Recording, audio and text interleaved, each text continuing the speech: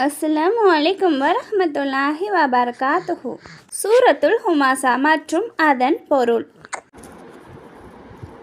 பிஸ்மில்லாஹிர் ரஹ்மானிர் ரஹீம்.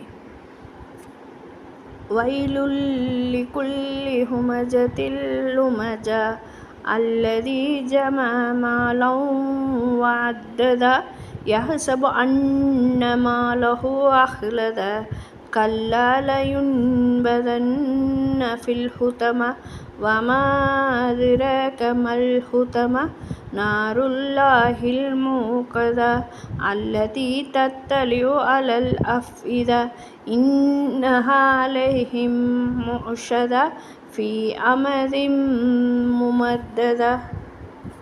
இதன் பொருள்: குறை கூறி புறம் பேசும் ஒவ்வொருவனுக்கும் கேடுதான்.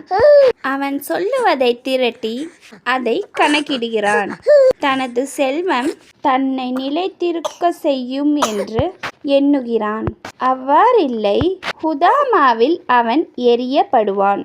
ஹுதாமா என்பது என்னவென்று உமக்கு எப்படி தெரியும்? மூடப்பட்ட அல்லாஹ்வின் நெருப்பு. அது உள்ளங்களை சென்றடையும். நீண்ட கம்பங்களில் அது அவர்களை சூழ்ந்திழுக்கும். ஃப்ரெண்ட்ஸ், என் வீடியோ பிடிச்சிருந்தா லைக் போடுங்க. அதே மாதிரி என் சேனலுக்கு சப்ஸ்கிரைப் பண்ணுங்கள்.